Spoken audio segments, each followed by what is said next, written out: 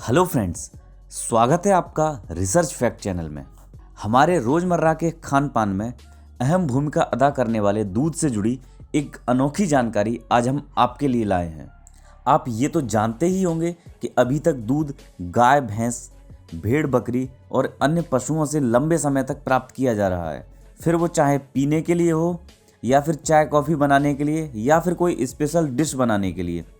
लेकिन समय के साथ साथ दूध के अन्य गैर डेयरी विकल्प भी बाजार में आते गए, जैसे सोया दूध, बादाम का दूध, ओट्स का दूध, काजू का दूध आदि।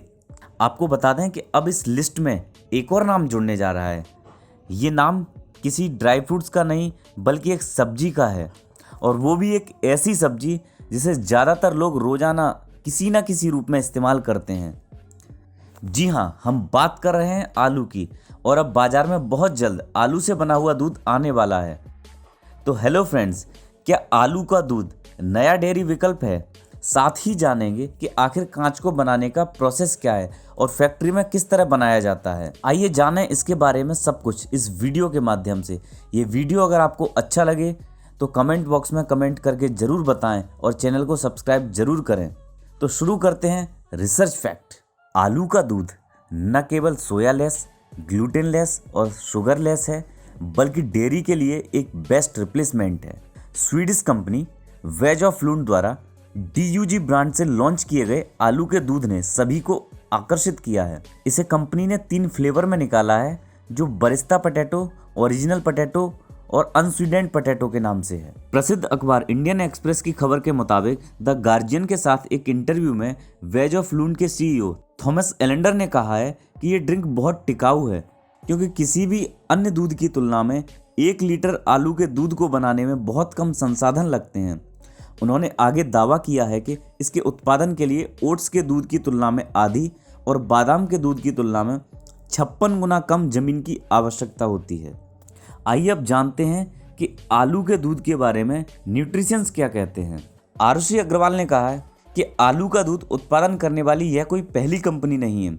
आलू से बने दूध को पहली बार अमेरिका और कनाडा में एक कंपनी ने साल 2015 में लॉन्च किया था।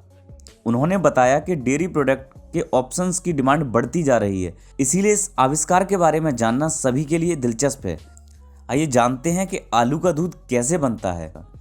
आरुषि अग्रवाल आलू के दूध बनाने के बारे में भी बताती हैं। उन्होंने कहा कि आलू का दूध आलू को गर्म पानी में उबालकर बनाया जाता है। इसके बाद कैल्शियम, मटर प्रोटीन और कासनी फाइबर के लिए इसे रेपसीड तेल में और अन्य फूड आइटम्स के साथ फेंटा जाता है।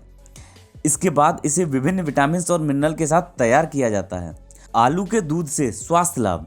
न्यूट्रिशियन आरुषि अग्रवाल आलू के दूध के फायदे बताते हुए कहती हैं कि आलू का दूध विटामिन D और विटामिन B12 का अच्छा सोर्स है।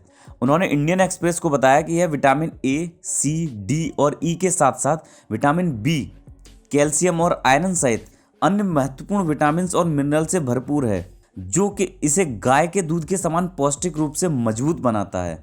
उन्होंने यह भी बताया कि यह टिकाऊ और पर्यावरण के अनुकूल है, क्योंकि इसके उत्पादन में कम पानी और जमीन की आवश्यकता होती है। आरुषि अग्रवाल ने आलू के दूध का सेवन करने की सलाह देने से पहले सतर्क भी किया है।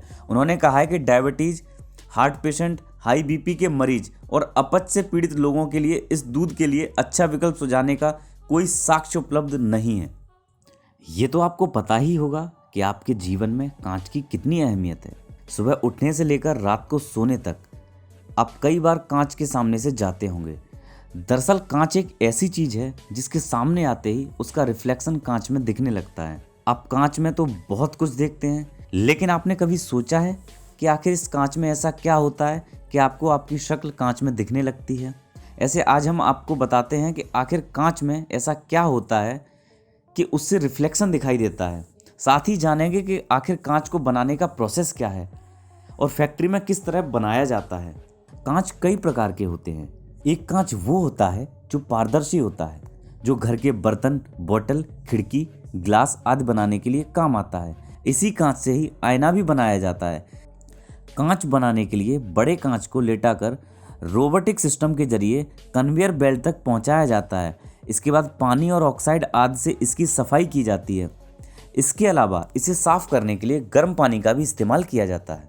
इसके बाद कांच पर कोटिंग की जाती है और सबसे पहले लिक्विफाइड टिन चढ़ाया जाता है, जो कि कांच का पिछला हिस्सा बनता है। इसी वजह से कांच पर सिल्वर आसानी से चिपक जाता है। बता दें कि सिल्वर को लिक्विड फॉर्म में कांच पर चढ़ाया जाता है। इसके कुछ केमिकल भी होते हैं जिससे सादा ग्लास भी आईने में कन्वर्ट हो जाता है।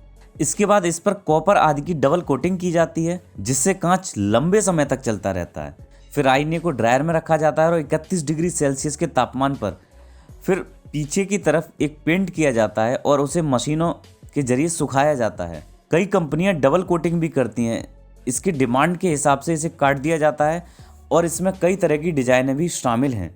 ये तो बात हुई कि आखिर आईना कैसे बनता है, लेकिन आईने को बनाने वाला वह कांच कैसे बनता है, अब इसके बारे में जानते हैं। आप जानकर हैरान होंगे कि कांच रेत से बनता है। रेत और कुछ अन्य सामग्री को एक भट्टी में 1500 डिग्री सेल्सियस पर पिघलाया जाता है और फिर इस पिघले कांच को उन खांचों में बूंद बूंद करके उड़ेला जाता है, जिससे मनचाही चीज बनाई जा सके। बता दें कि कांच का आविष्कार मिस्र या मेसोपोटामिया में लगभग 2500 साल ईसा पूर्व हुआ था। शुरू में इसका इस्तेमाल साज सज्जा के लिए किया गया था। फिर ईसा से लगभग 1500 साल पहले कांच के बर्तन बनने लगे। पहले पीतल आदि का इस्तेमाल किया जाता था। इसके बाद इसमें विकास होता गया और पहली बार साल 1935 में जर्मनी में सिल्वर लेयर वाले कांच का आविष्कार किया गया। आज उसी तरीके से कांच बनाया जाता है।